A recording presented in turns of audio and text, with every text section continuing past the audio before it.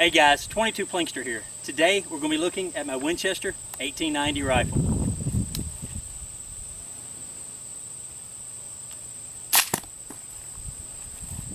It's an oldie, but a goodie.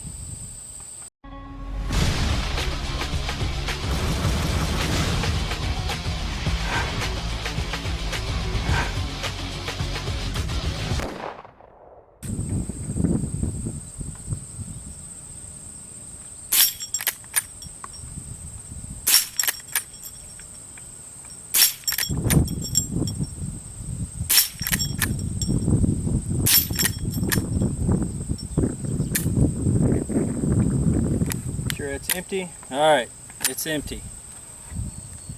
1890 Winchester. You guys know one thing if you've watched my channel very long. I am a sucker for Colt pistols, and I am a sucker for old Winchester 22s. This is my oldest Winchester 22 that I own. This is an 1890. The 1890 was designed by John Moses Browning and his brother Matthew Browning. They started producing these rifles in, of course, 1890. John Moses Browning just knew how to design a firearm. You know, I have several of John Moses Browning designs, whether 1911s or these or my Colt Woodsmans or other rifles that I own. You know, he just knew how to design them. These are beautiful guns. I picked this gun up probably about 4 or 5 years ago, and from a friend of mine. And let me flip her over here and show you. This particular rifle, this is the third model. They made 3 different models of the 1890. This is the third model, the last model. This model came in where they started bluing the gun. The first and second models, they case hardened everything. Like I said, this gun is chambered in 22 short only. The 1890s have the octagon barrel, and they're just a fun gun to shoot. Now this gun, it's a little difficult for me to shoot, and I'll tell you why. It's seen its better days. You know, it doesn't excuse me, it doesn't have any pitting or anything on it, but it does have some surface rust. The person who owned it before me, I don't think they took very good care of it. You know, you got your slide grip right here. This is actually the first slide action rifle that Winchester ever made. So you got your slide grip here. Most people call this the corn cob grip because it's shaped like a corn cob. And you got your crescent buttstock here. That's a pretty good distinctive characteristic of the 1890 is this crescent buttstock. The little brother to this gun, the 1906, which I own a couple of them also, you know, they have the straight buttstock on them. So they first started manufacturing these rifles to chamber the 22 short, which that's what this is, the 22 long, and the WRF cartridge. So it's, you know, it's a piece of American history. I enjoy this little rifle. I don't shoot it.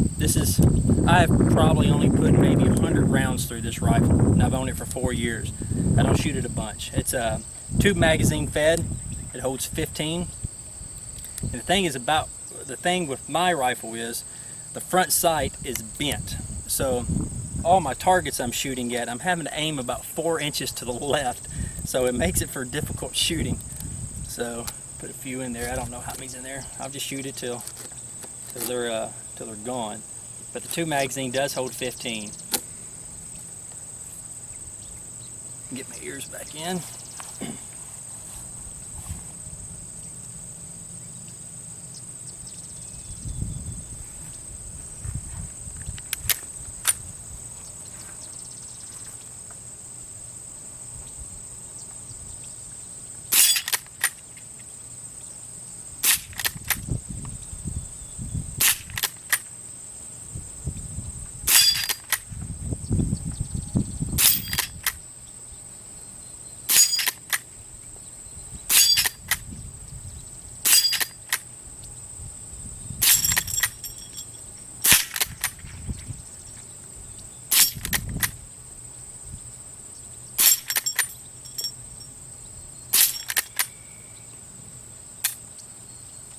that 4 inches to the left, it gets me. I keep wanting to put my sight right on it.